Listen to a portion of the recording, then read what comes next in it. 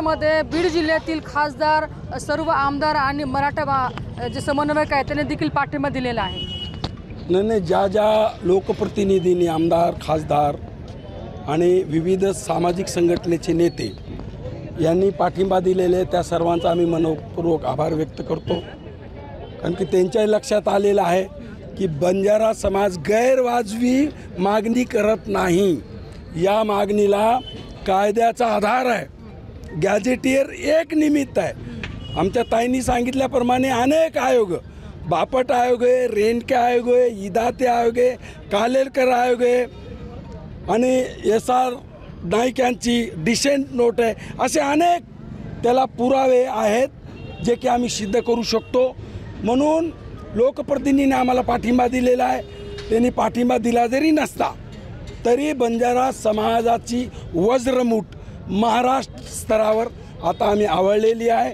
सरकारला आम्ही प्रेमाची विनंती करतोय। आता पहिला टप्पा आहे आंदोलनाचा, नंतरच्या काळामध्ये आम्ही गर्भित इशारा देऊ।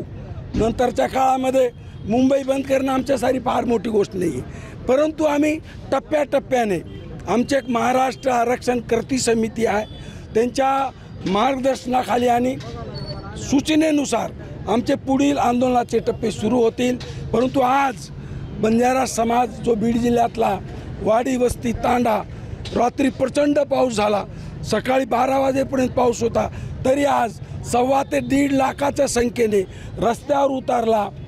आज आमच्या तरुणांना कळालं आहे, आमच्या महिलांना कळालं आहे, आमच्या वृद्ध लोकांना कळालं आहे की ST आरक्षण जर मिळालं तर समाजाचं कसं रूपडं बदलणार आहे, समाजाचा सर्वांगीण विकास कसं होणार आहे। म्हणून आज एकच मागणीच्या ध्येयाने बंजारा समाज रस्त्यावर उतरला की बंजारा समाजाला STचं आरक्षण विनाविलंब मिळालं पाहिजे। मात्र या मोर्चामध्ये सहभागी होण्यासाठी माजी मंत्री धनंजय मुंडे आले होते।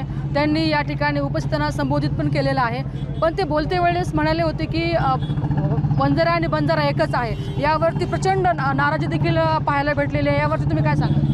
नाही, बंजारा आणि बंजारा हे दोन वेगळे समाज आहेत। त्या दोन्ही समाजाच्या चाली, रूढी, परंपरा, संस्कार ह्या सगळ्या वेगळ्या आहेत। आता सुदैवाने आम्ही बीडमध्ये आहोत। आज बीडमध्ये मोर्चा निघाला बंजारा समाजात। मुंडे साहेब बीड जिल्ह्याचे नेते आहेत। आदरणीय पंकजाताई, आदरणीय वंदनीय गोपीनाथरावजी मुंडे साहेबांनी त्यांची राजकीय कारकीर्द बीड जिल्ह्यामध्ये उभी राहिली, घडली आणि मोठी झाली।